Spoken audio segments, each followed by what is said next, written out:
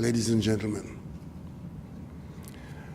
I am sure that a significant number of persons will agree with the view that an oil-producing country like Trinidad and Tobago, we are at a critical juncture in our existence. Whether this situation becomes a crisis or not depends on our approach to survival and managing our affairs. The word crisis conjures certain emotions and can trigger interesting debate given the number of uses for the word. I've discovered that the word entered the English language about 1425, well before Trinidad and Tobago became known to the Europeans. And the word came from medical practice. And it was attached the meaning, turning point of a disease. By 1627, the meaning was extended to cover a decisive moment. With respect to our energy industry, I submit we in fact are an incipient and we are at a decisive moment, a crucial point. But what is the evidence before us for this? In the month of June 2014, we marked the end of 4 years of high and reasonably stable oil prices.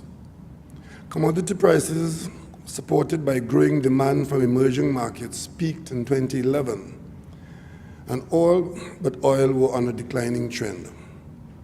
The excess supply situation looming in the last quarter of 2014 soon grew into a glut. OPEC decided in November of that year to leave production quotas unchanged, shifting policy from price targeting to market share defense. In addition, geopolitical risks did not have the expected effect on oil supplies, and these two, along with the significant appreciation of the US dollar, presented the ingredients of a perfect storm. The onslaught of unconventional oil and gas supplies has forced redefinition of a number of market relationships. Firstly, shale oil and gas production bolstered the US drive for energy independence. The loss of the key US market meant producers like Trinidad and Tobago now face intensification of competition for markets. Exporters are challenged to find alternative markets in the face of declining demand for which the US could be competing as well. Consumption in China and India has slowed, and slower demand growth has intensified the battle for market share. Changes to the energy industry of GDP in these countries, given the level of pollution, will impact on energy demand. Consequent changes to the energy fuel mix will occur as a result, with some energy sources in decline while others emerge. Against the backdrop of record low prices, new trading patterns have become the order of the day as the role of energy as a diplomatic instrument becomes more pronounced. Sanctions against Russia over Ukraine, the easing of sanctions against Iran given agreement on its nuclear program will have disrupted the settled patterns of the last few years. Given these facts before us, the question becomes, can we compare this experience with any other? What is the outlook for prices? What are the implications for our economy? The fall in prices is significant, but not a unique event. According to some energy experts, in a 2014 World Bank policy note, over the last 30 years, 5 other episodes of price decline of more than 30% over a 7-year period can be identified, and all coincided with major changes in the global economy and oil markets.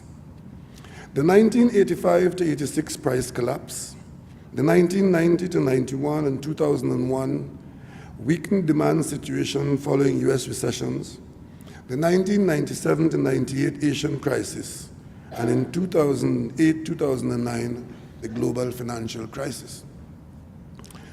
The current price fall has in common a lot with 1985 to 86 experience. Both were characterized by the rapid growth of non-OPEC oil supply. And in the 1985-86 situation, it was the growth of North Sea, Alaskan, and Mexican output to trigger that. In the present situation, it is the growth of unconventional oil.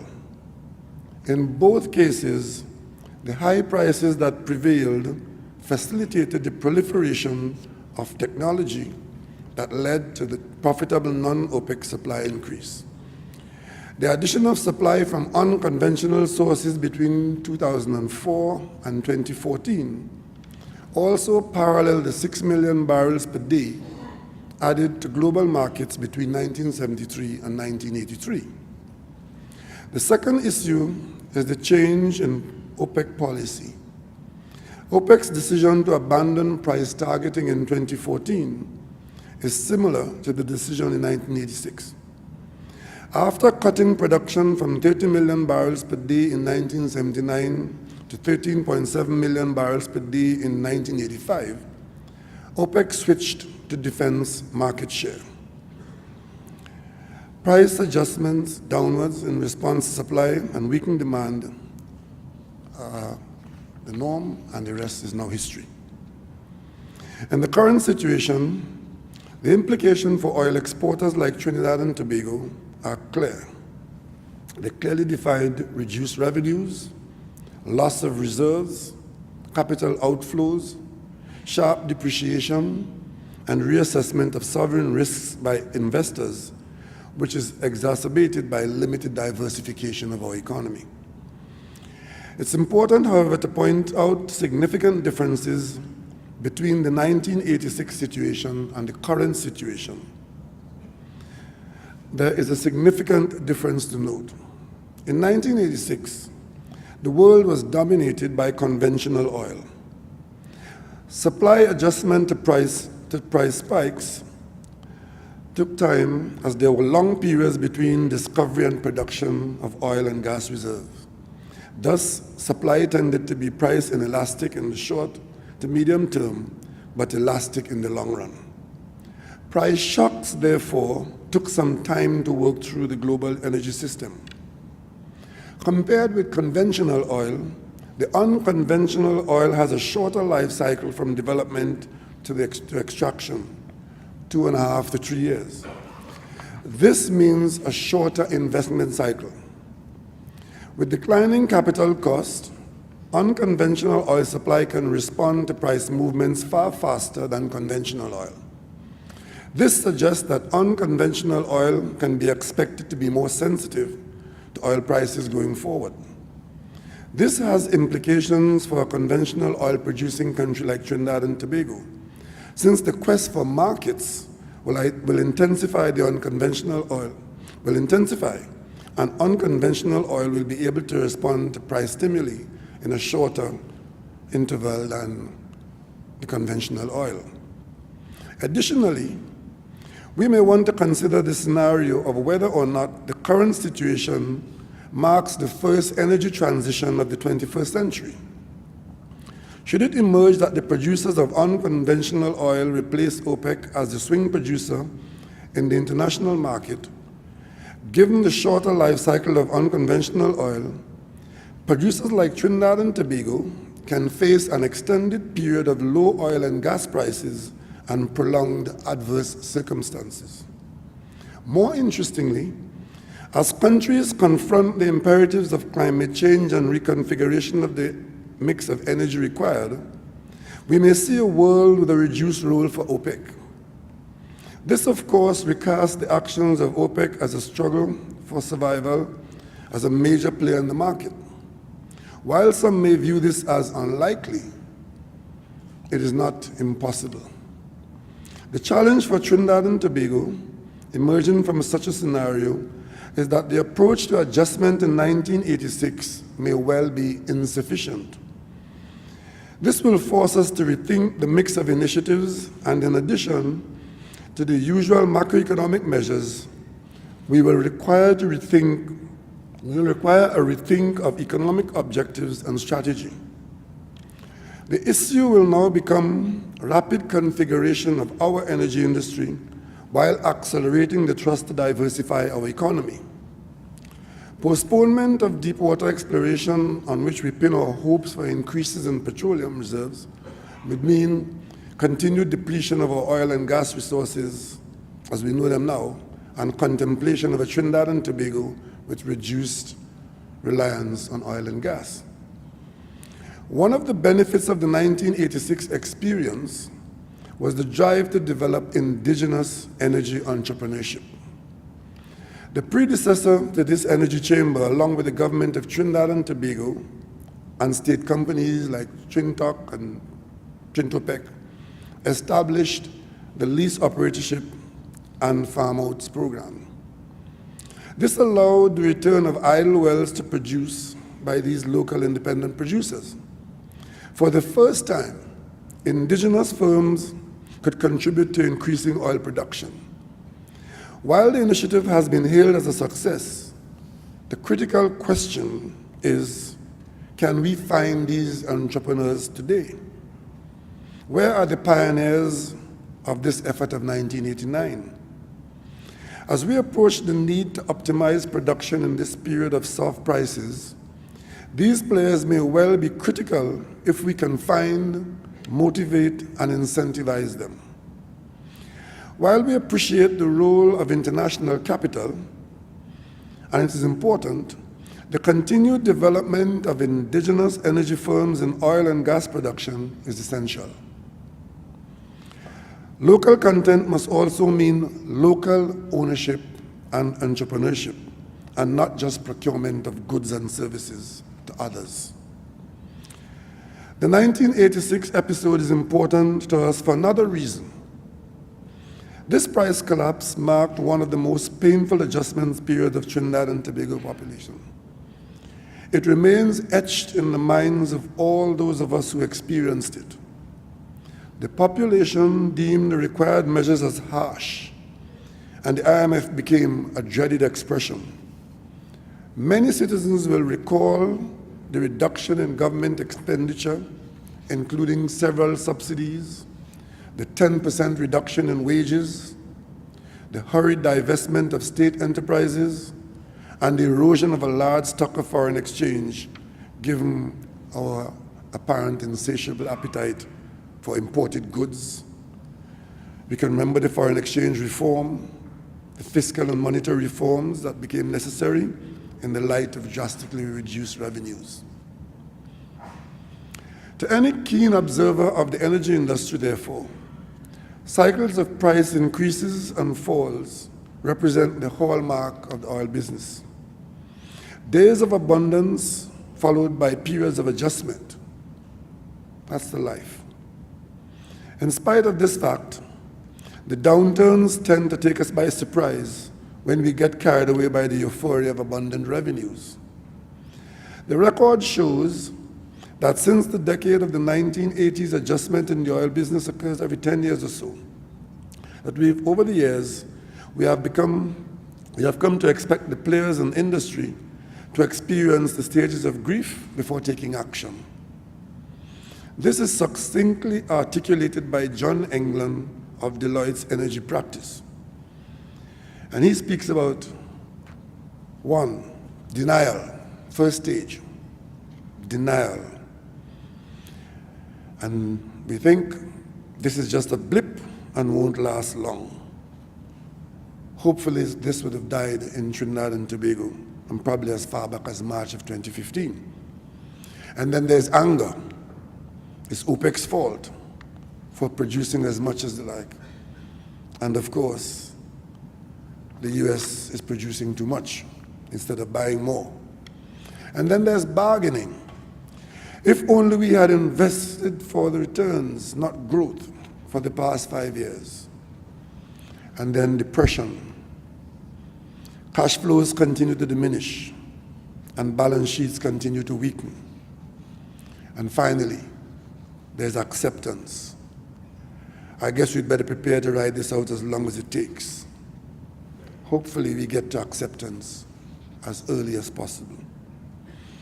The standard policy actions that usually follow include cut capital expenditure and defer projects, cut operating expenditure and reduce headcount, pressure suppliers for reduced prices, and hope for recovery. This morning's speech by Norm Christie of BP gives us hope that that is not the pathway that we are taking as our first response. While hope cannot be classified as a strategic action, it is critical to the psyche. I can assure you that these actions are already entrained in some areas. I met them in my extensive discussions in London with the major players in Trinidad and Tobago, and you hear them in the international news and local news daily. If industry is a microcosm of the society in which it exists, then we should not be surprised that countries can behave in the same way, and it is essential that we do not follow that path. Denials mean delays, and delays mean the deterioration of the situation and reduced response time. It is far easier to drive company adjustment programs than it is to implement programs at the level of the country. In the case of this country, there are some takeaways from the 1986 experience. For those of us who were around, the response of the challenge of the 1985 to 86 episode exemplified a level of national creativity that we need to rediscover. The lease, operatorship and farm-out programs, internal lease reactivation initiatives in the state oil companies, and state enterprise and private sector partnerships all testify to that era. While many recall the trials and tribulations, there is a tendency to forget the creative solutions that emerged and the innovative measures used to increase oil production. The second issue is the importance of timing. This is essential. The earlier the activities commence, the more likely the situation will be successfully resolved. Another of the lessons of 1986 was that the longer we take to respond, the more drastic the required measures and the more painful the adjustment will be. It is important that we have the will, the fortitude to act and to act expeditiously with confidence. The next question that the industry asks is, what will the government do? What incentives will be tabled? From a historical point of view, every recovery in this economy has been built by a clearly defined role for the state. At some periods, it has been the role of prime mover, and as our fortunes change, the role was converted to that of presiding official supervising the playing field. The bulk of land acreage, which constitutes a major platform for industry rejuvenation, is in the hands of the state, as well as some aspects of oil and the gas value chain. This is an area for engagement of all stakeholders, including labor. The government accepts that we all need to contribute to ease the burden of adjustment. No single group can, neither should any one group, shoulder the adjustment process alone. How, therefore, do we survive? Please note the term, we. Proposed solutions must consider the fiscal state of affairs.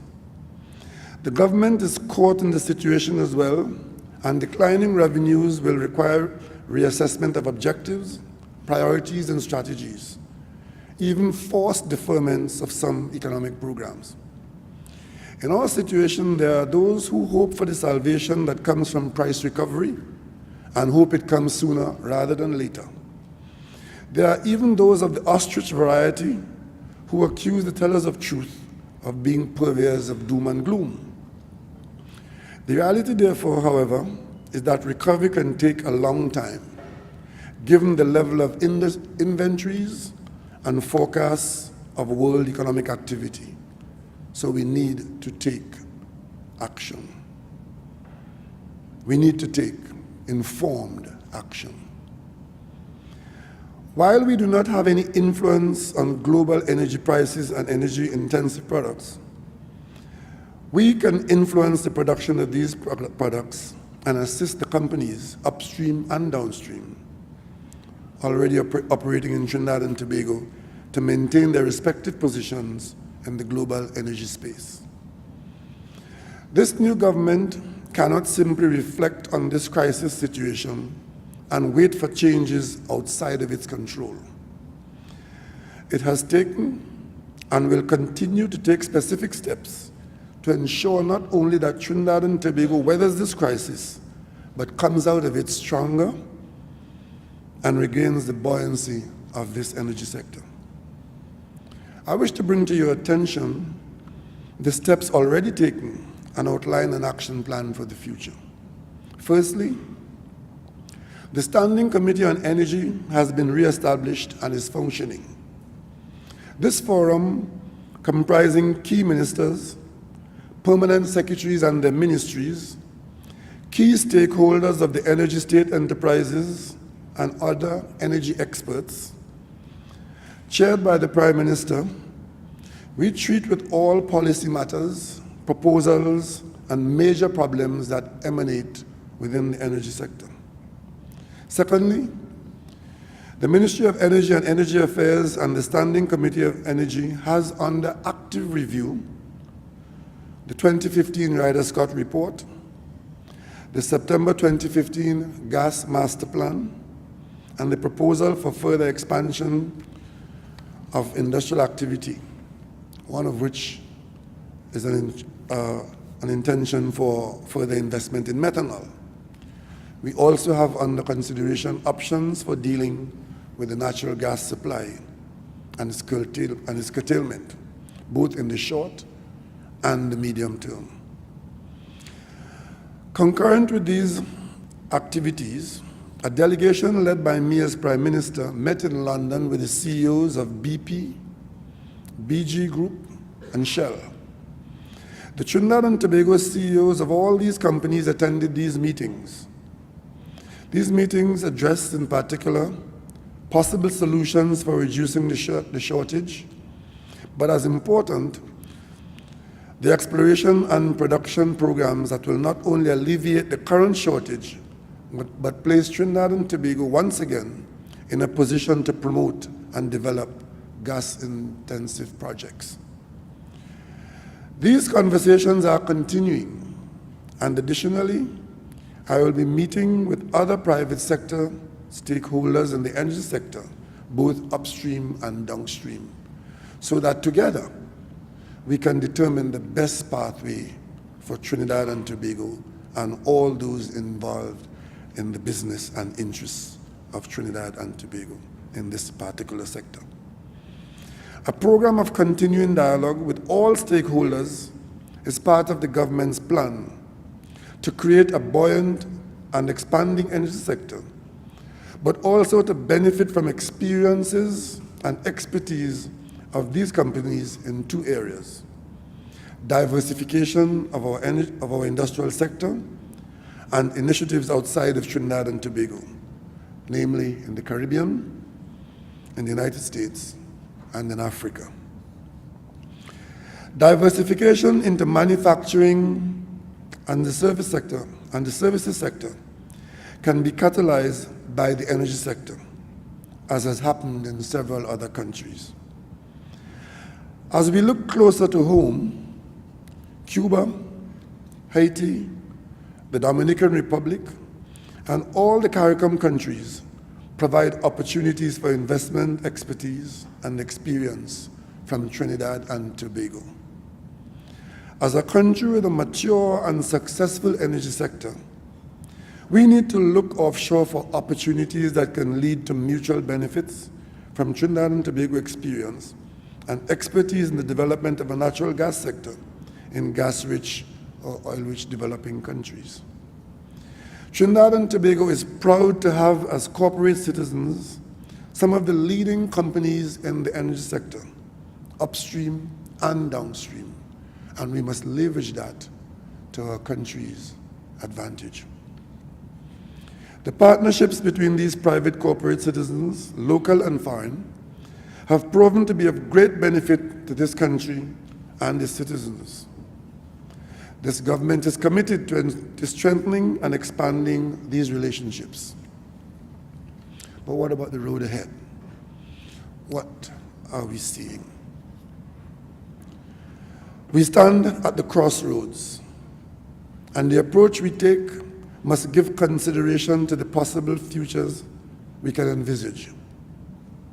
What kind of energy world will emerge in 2016 and beyond? I just want to highlight some possibilities to illustrate that we cannot adopt a single solution approach, but recognize we need to think through the various possibilities and identify the measures that should constitute our arsenal of responses.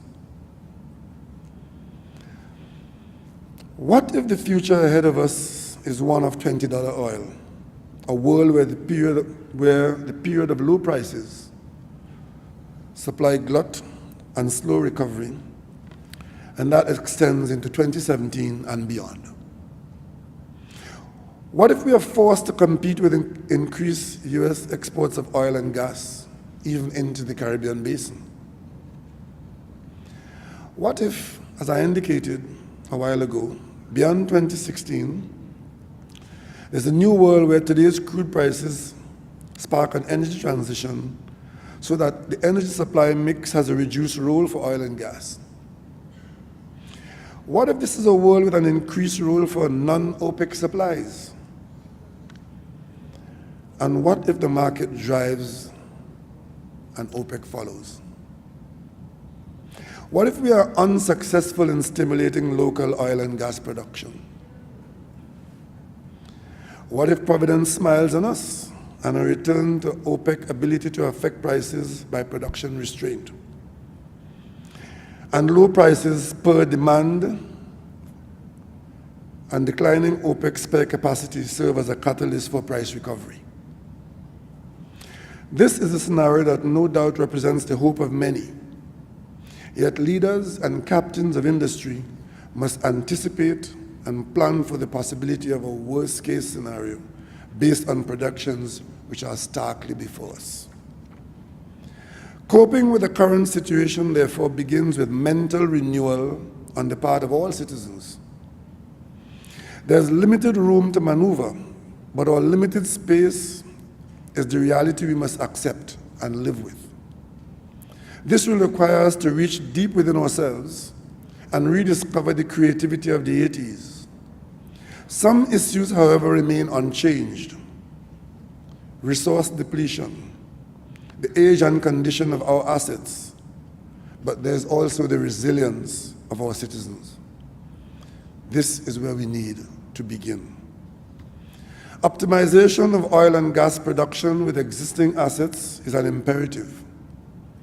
State as well as private enterprises will need to focus on asset integrity as fundamental requirement, and we must pursue greater utilization of existing assets as we optimize available resources.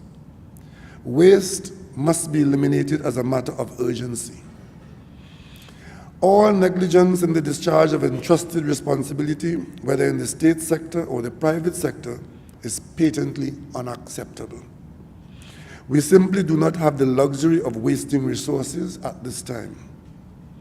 Resources are scarce, too scarce for this. Fortunately, in the hydrocarbon sector, we have some considerable underutilized physical and intellectual assets within our borders.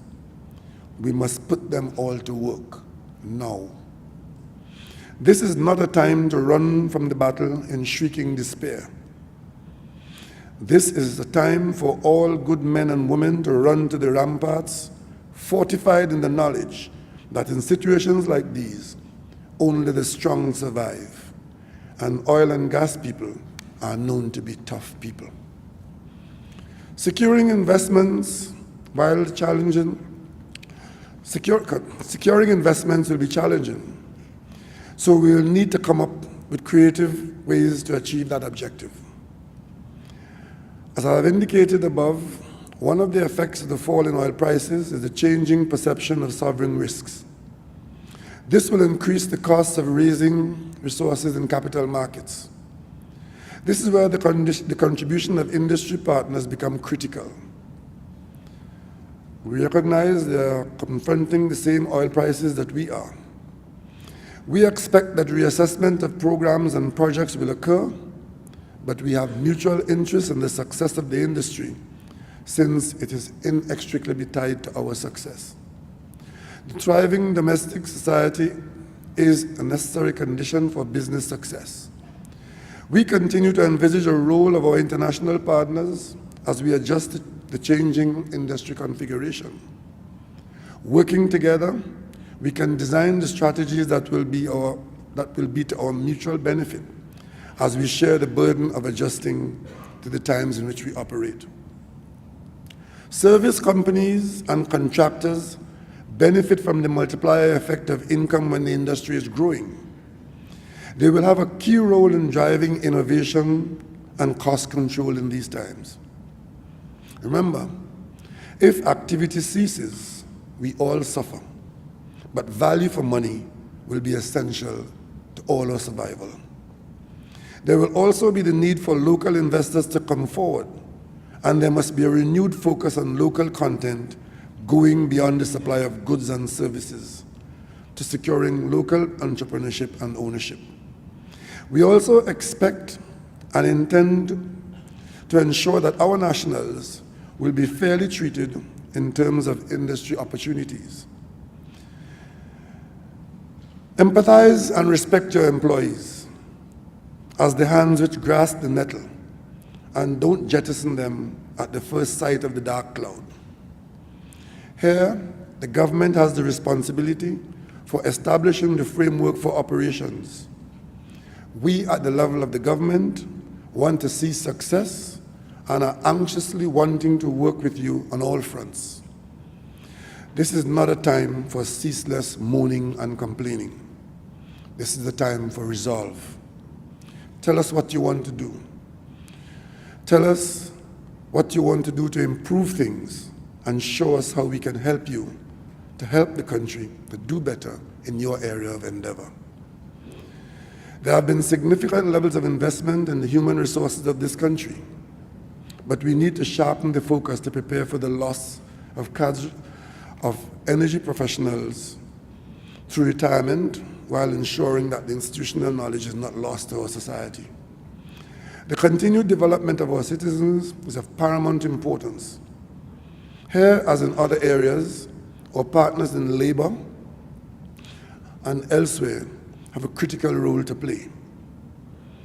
Like other stakeholders, our partners in labor are critical to our survival and the revitalization of our industry. We will not make the progress we need without their support. We are confident we can engage each other to ensure the benefit of Trinidad and Tobago. The government is committed to the tripartite approach, and we trust that you are too, and will demonstrate that by participating with a great sense of public service, garnished with more than a thin glaze of self-interest. Finally, it is easy to become so caught up in the need to survive in times of economic difficulty that we treat our corporate social responsibility in a casual manner. Our fence-line communities will need to adjust expectations of the operating companies, but they cannot be ignored. Neither should we sacrifice the environment in the trust to cope with our current condition, since this will be the proverbial scorpion's tail that will sting us and deplete our pockets in the future. Trinidad and Tobago is once more at the crossroads, as I've said before, and we consider the actions required to preserve our energy interests going forward. We are concerned about supply and demand issues, since our energy security and economic security is at stake. We are a small state, heavily dependent on energy, and until the economy is diversified, our dependence remains. As a result, the support and contribution of all stakeholders is imperative. In order to achieve this, we must continue to develop our industry, encourage indigenous enterprise, but with the objective of growing more world-class firms. This means taking the long outward view. My message is therefore that it is not the time to simply inquire as to what the government is doing to extricate us from this predicament. The question is, what are we all as nationals and stakeholders collectively prepared to do to extricate Trinidad and Tobago from this situation? This is by no means an easy task, but pursue it we must. Our survival is hinged on this. We, the members of the government of Trinidad and Tobago, are committed to this, and we'd like to count on you as stakeholders to join us in this enterprise. Can we count on you? Thank you very much for your attention, and I wish you every success.